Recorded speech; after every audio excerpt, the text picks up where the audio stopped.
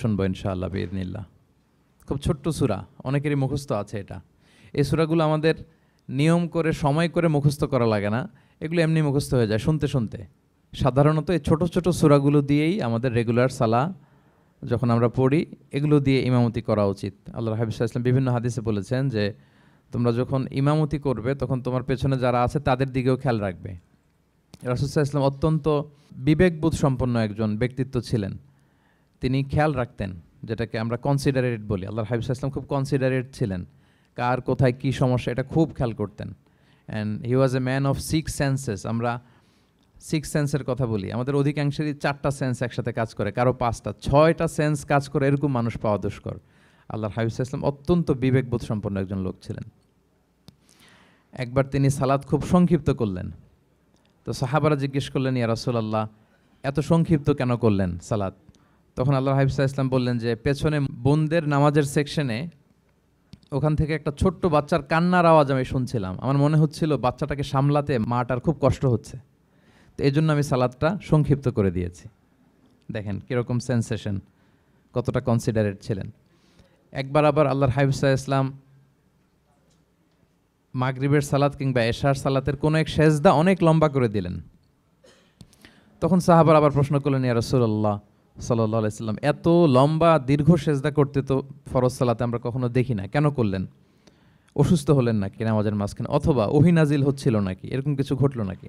তো আল্লাহর হাবিব সাল্লাল্লাহু আলাইহি ওয়াসাল্লাম বললেন যে না, এগুলো কিছুই না, বরং আমার নাতি হাসান আমি সেজদারত অবস্থায় আমার পিঠের উপরে চড়ে বসেছিল, কাঁধের উপরে। তো আমি অপেক্ষা করছিলাম যতক্ষণ না তার খেলা শেষ না হয়, তার প্রয়োজন পূরণ না হয়, ততক্ষণ আমি সেজদায় লুটিয়ে পড়েছিলাম।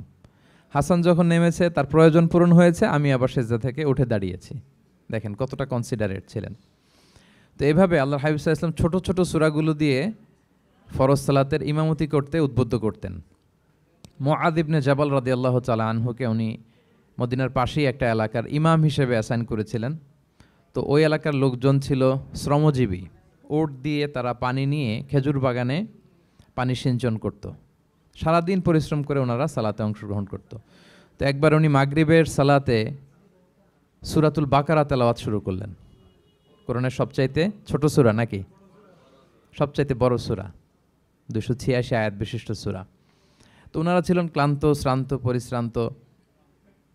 কেউ কেউ বিরক্ত হয়ে, ক্লান্ত হয়ে নামাজ ছেড়ে দিয়ে একা একা নামাজ পড়ে ফেললেন। পরে আল্লাহর হাবিব সাল্লাল্লাহু আলাইহি ওয়াসাল্লামের কাছে যে তারা অভিযোগ করলেন যে ইয়া রাসূলুল্লাহ আপনি যে ইমাম পাঠিয়েছেন উনি তো এমন কাজ করেছে, সূরা বাকারা উনি ধরেছে মাগরিবের সালাতে। রাসূল সাল্লাল্লাহু আলাইহি ওয়াসাল্লাম খুবই ক্ষিপ্ত হলেন, রাগান্বিত হলেন এবং মুআয ইবনে জাবাল রাদিয়াল্লাহু তাআলা আনহুকে ডেকে পাঠালেন। ডেকে তিনি বললেন, আফাত্তানুন আনতা ইয়া মুআয। লিটারালি ফাত্তান শব্দটা ব্যবহার করেছেন যে মুআয তুমি কি সমাজে ফিতনা ছড়াচ্ছ? তোমাকে পাঠালাম ইমাম হিসেবে, সেখানে তালিম দিবে, তারবিয়া দিবে, ঐক্য ধরে রাখবে, তুমি কি ফিতনা ছড়াচ্ছ সমাজে? তুমি কি ওয়াদ-দুহা ওয়াল-লাইলি ইযা সাজা এরকম সূরাগুলো পারো না? সাব্বিহ ইসমা রাব্বিকাল আ'লা এগুলো তোমার মুখস্থ নাই? ওয়াশ-শামসি ওয়া-দুহাহা এগুলো তোমার জানা নেই? তুমি এত লম্বা সূরা কেন ধরলে মাগরিবের সালাতে? তো তখন তিনি বললেন, যখন তুমি সালাতে ইমামতি করবে ফরজ সালাতে, তখন ছোট ছোট সূরা পড়বে, কেননা তোমার পেছনে অসুস্থ থাকতে পারে, তারপর বয়স্ক কোনো লোক থাকতে পারে, অথবা মুসাফির মসজিদের পাশ দিয়ে সফর করতেছিল, ভাবলো জামাত চলতেছে, জামাতটা ধরি, ঢুকেই যদি দেখে যে আপনি সূরা বাকারা তেলাওয়াত করতেছেন, তো তার জন্য তো কঠিন হয়ে যাবে কোপ আপ করা, কন্টিনিউ করা। তো এই জন্য ছোটো ছোটো সূরাগুলো আল্লাহর হাবিব সাল্লাল্লাহু আলাইহি ওয়াসাল্লাম পড়তে আমাদেরকে উৎসাহিত করেছেন ফরজ সালাতের, যখন আমরা ইমামতি করব। তো এইরকম একটি সূরা হচ্ছে সূরাতুজ জিলজাল, এটা আমাদের প্রায় সকলেরই মুখস্থ।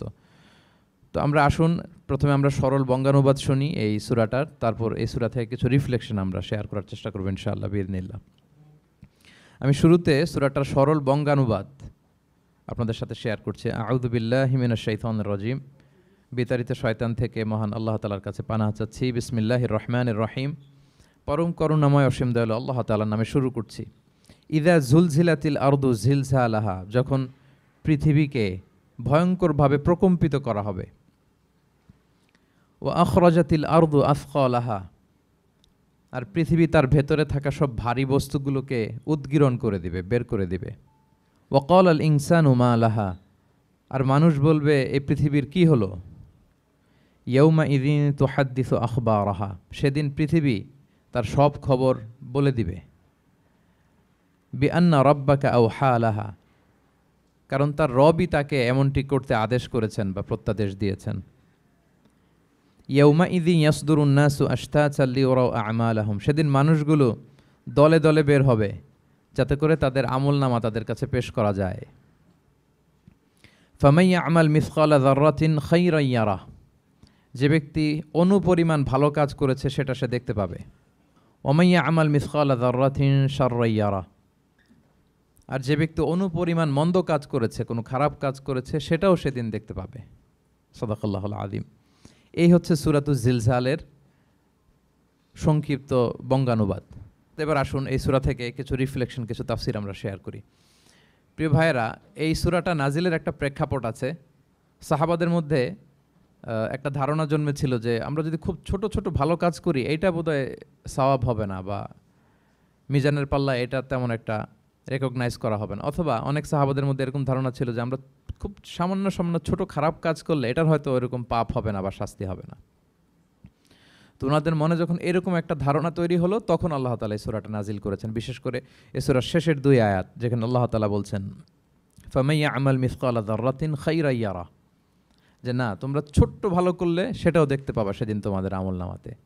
ওমান ইয়ামাল মিসকালা যাররাতিন শাররান ইয়ারা, এবং ছোট্ট খারাপ কাজ করলে সেটাও তোমরা তোমাদের আমলনামায় দেখতে পাবে। তো সাহাবাদের এই চিন্তা, এই ধারণাটাকে ভুল প্রমাণ করবার জন্য, তারা যে ভুল ধারণা করছেন এটা বোঝাবার জন্য, জানাবার জন্যই আল্লাহ তাআলা বেসিকলি সূরাতুজ জিলজাল তিনি নাজিল করেন। এই সূরাটি কোরআনের ধারাক্রম অনুসারে 99তম সূরা।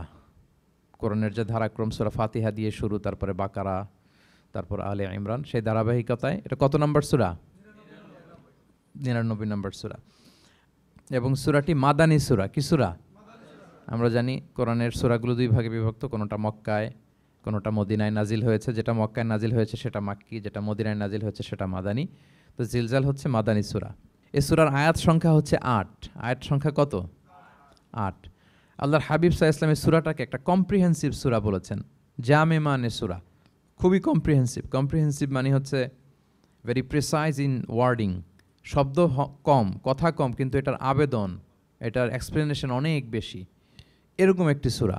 ছোট্ট অল্প কয়েকটি আয়াত দিয়ে সূরাটা আল্লাহ তাআলা নাজিল করেছেন, কিন্তু এটার আবেদন অনেক বেশি। এক বয়স্ক সাহাবী এসে আল্লাহর হাবিব সাল্লাল্লাহু আলাইহি ওয়াসাল্লামকে বলল, ইয়া রাসূলুল্লাহ, আপনি আমাকে কোরআনের একটা সূরা শিক্ষা দেন, কোন সূরা পড়ব? তো আল্লাহর হাবিব সাল্লাল্লাহু আলাইহি ওয়াসাল্লাম বললেন, যাওয়াতুর র, মানে আলিফ লাম র দিয়ে যে সূরাগুলো আছে এগুলো পড়ো। তো এই সাহাবী বলল, ইয়া রাসূলুল্লাহ, আমার বয়স বেশি, আমার জিহ্বা ভারী হয়ে গেছে, আমি এত বড় সূরা পারবো না, অন্য কিছু বলেন। তো আল্লাহর হাবিব সাল্লাল্লাহু আলাইহি ওয়াসাল্লাম বললেন, তাহলে যাওয়াতু হামিম, হামিম দিয়ে যে সূরাগুলো শুরু হয়েছে কোরআনে সেগুলো পড়ো। বলতেছে, ইয়া রাসূলুল্লাহ, এটাও পারবো না, আরও সহজ করে দেন। তো তখন আল্লাহর হাবিব সাল্লাল্লাহু আলাইহি ওয়াসাল্লাম বললেন, তাহলে আল মুসাব্বিহাত, মানে সাব্বাহা ইউসাব্বিহু দিয়ে যেই সূরাগুলো শুরু হয়েছে তুমি এগুলো পড়ো। ওই সাহাবী বলে, এইটাও কঠিন হয়ে যায় আমার জন্য। তখন আল্লাহর হাবিব সাল্লাল্লাহু আলাইহি ওয়াসাল্লাম বললেন যে, তাহলে কি চাও? বলতেছে, আমাকে একটা জামে মানে সূরা শিক্ষা দেন, মানে এমন একটা কম্প্রিহেন্সিভ সূরা শিক্ষা দেন যে এটা শিখলে আমার হেদায়েতের জন্য যথেষ্ট হয়ে যাবে।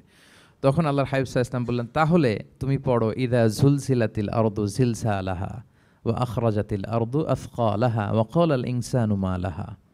তুমি সূরাতুল জিলজাল তেলাওয়াত করো। তখন থেকেই সাহাবী এই সূরাতুল জিলজাল তেলাওয়াত আরম্ভ করলেন। উনি বললেন যে আমি আর বেশি কিছু পড়ব, শুধু এটাই পড়ব।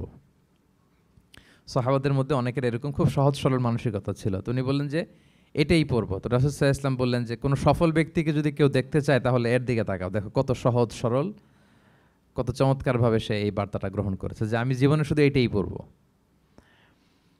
তো সূরাতুল জিলজাল হচ্ছে একটা কম্প্রিহেন্সিভ সূরা, সূরাতুন জামিআ। এটা হচ্ছে সূরার একটা ফজিলত, এটা আমরা জানলাম। আবার আল্লাহর হাবিব সাল্লাল্লাহু আলাইহি ওয়াসাল্লাম এই সূরাকে কোরআনের অর্ধেক বলেছেন। আল্লাহর হাবিব সাল্লাল্লাহু আলাইহি ওয়াসাল্লাম ইরশাদ করেছেন, ইযা যুলজিলাতিল আরদু তা'দিলু নিসফাল কোরআন। সূরাতুল জিলজাল এটা কোরআনের অর্ধেক, কোরআনের অর্ধেক। আপনারা এরকম শুনেছেন যে সূরা ফাতিহাকে বলা হয় কোরআনের অর্ধেক, তারপর সূরাতুল ইখলাসকে বলা হয় সুলুসুল কোরআন, কোরআনের 1/3। তো এটার অর্ধেক বলার কারণ হচ্ছে কোরআনে অর্ধেক বলা হয়েছে দুনিয়ার কথা, অর্ধেক বলা হয়েছে আখিরাতের কথা, পরজগতের কথা, লাইফ আফটার ডেথের কথা। তো যেহেতু এই সূরাটা আখিরাতকে কাভার করে, তাই সেজন্য কেমন যেন এই সূরাটা পুরো কোরআনের অর্ধেক।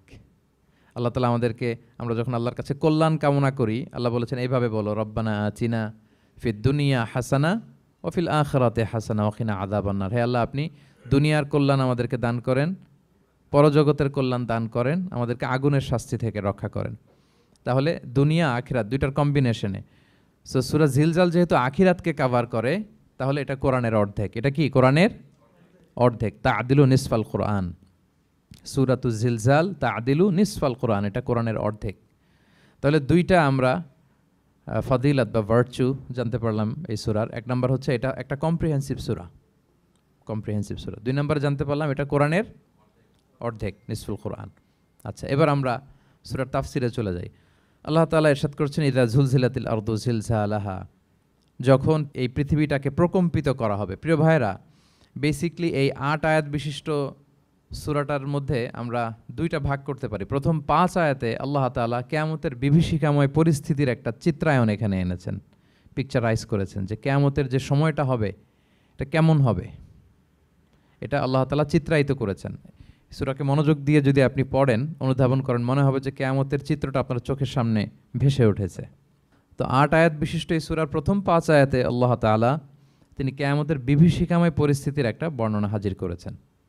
এরপর শেষের 3 আয়াতে কেমন করে আমাদের আমলনামা পেশ করা হবে, আমরা যা করি ভালো কিংবা মন্দ, এটাকে লিখে রাখা হয়, এটাকে রেকর্ড করে রাখা হয়। ওই আমলনামাটা আবার একদিন আমাদের হাতে পেশ করা হবে। ওই সময়টা কেমন হবে, ওই দৃশ্যটা কেমন হবে, এটা আল্লাহ তাআলা বলেছেন। আই রিপিট, আমি আবারও বলি, সূরার আয়াত সংখ্যা কত? 8। তো প্রথম 5 আয়াতে আল্লাহ তাআলা কিয়ামতের বিভীষিকাময় পরিস্থিতির বর্ণনা দিয়েছেন, আর শেষের 3 আয়াতে আমাদেরকে যে আমাদের আমলনামা পেশ করা হবে তার একটা চিত্র তুলে ধরেছেন। এবার মোটামুটি সহজ হয়ে আসছে না ব্যাপারটা? আচ্ছা, তো প্রথম 5 আয়াতে আল্লাহ তাআলা কিয়ামতের চিত্রায়িত কিভাবে, কেমন করে করলেন, চিত্র হাজির করলেন। আল্লাহ বললেন যে ইযা যুলজিলাতিল আরদু জিলজালাহা, যখন পৃথিবীকে ভয়ঙ্করভাবে প্রকম্পিত করা হবে, পুরো পৃথিবীটাকে একটা ঝাঁকুনি দেয়া হবে। এই সূরার নামই হচ্ছে ঝাঁকুনি দেওয়ার সূরা, ঝাঁকুনি। জিলজাল মানে হচ্ছে শেকিং, আর্থকোয়েক, ভূমিকম্প, ভূকম্পন। ভূমিকম্পের সাথে পরিচিত না সবাই? এক্সপিরিয়েন্স হয়েছে কারো ভূমিকম্প? নাকি ঘুমায় থাকার সময় হয়? সব সময় হয়েছে? হ্যাঁ, মাঝে মাঝে আমরা এক্সপিরিয়েন্স করি আর্থকোয়েক, ভূকম্পন। পৃথিবী কেঁপে ওঠে, এটা একটা ন্যাচারাল ফেনোমেনা। পৃথিবীর মাটির নিচে অনেক কিছু থাকে, এগুলো নড়ে চড়ে উঠলে পৃথিবীটাও কেঁপে ওঠে। নানা কারণে এই ভূকম্পনটা হয়। পৃথিবীর ভেতরে অনেকগুলো শিলার স্তর আছে। আমরা যেরকম মাটি দেখি, পুরো পৃথিবীটা জুড়েই কিন্তু এরকম মাটি নয়, অনেক শিলা আছে, রূপান্তরিত শিলা, পাললিক শিলা, আগ্নেয়গিরির শিলা। এই শিলাগুলোর মধ্যে ডিসপ্লেস হলে পৃথিবী কেঁপে ওঠে। আবার পৃথিবীর ভেতরে আগুন আছে, গ্যাস আছে, এই গ্যাসগুলো যখন মুভ করে তখন পৃথিবীর উপরে কেঁপে ওঠে। একটাকে হাইপোসেন্টার বলে, আরেকটাকে ইপোসেন্টার বলে। হাইপোসেন্টার মানে পৃথিবীর ভেতরের অংশটাকে বলে হাইপোসেন্টার, আর ভূপৃষ্ঠের এটাকে বলে ইপোসেন্টার। ওই হাইপোসেন্টারে যদি কোনো ঝড় হয়, উপরে এই প্রকম্পিত হয়। এটাকে আমরা ভূকম্পন বা ভূমিকম্প হিসেবে দেখি পৃথিবীতে। তো এই পৃথিবীতে অনেক বড় বড় ভূমিকম্প আমরা দেখেছি। জাপানে, আমার গত বছর একটা সফর ছিল জাপানে, তো ওই সকাল বিকাল ভূমিকম্প হয়। এখানে তো আমরা 6 মাস 1 বছর ভূমিকম্প দেখি, ওখানে সকালে বিকালে একটু একটু করে কাঁপতেছে। এর কারণ হচ্ছে ওইটা এমন একটা এলাকায় পড়েছে, প্যাসিফিক ফায়ার রিংস বলে, একটা প্লেটের উপর, 7টা ট্যাকটনিক প্লেটের উপর আল্লাহ তাআলা পৃথিবীকে সেট করেছেন। ওই ট্যাকটনিক প্লেটগুলো যদি একটার সাথে একটা ঘর্ষণ হয়, অনেক এনার্জি রিডিউস করে, ওইখান থেকে পৃথিবীর উপরে এরকম ভাইব্রেশন শুরু হয়, এই প্রকম্পনটা শুরু হয়। তো জাপানের বিভিন্ন সময় আমরা বড় বড় ভূমিকম্পের কথা শুনেছি। ওদের কান্টো সিটি আছে একটা, অনেক বড় ভূমিকম্প হয়েছিল 1920 সালে, লাখখানেক লোক মারা গিয়েছে। আপনাদের সুনামির কথা মনে থাকবার কথা, সুনামির কথা মনে আছে? কত সালে? 2004 সালে। এই ভূমিকম্পে পুরো একটা মহাদেশ কেঁপে উঠেছিল, দ্য এন্টায়ার এশিয়া।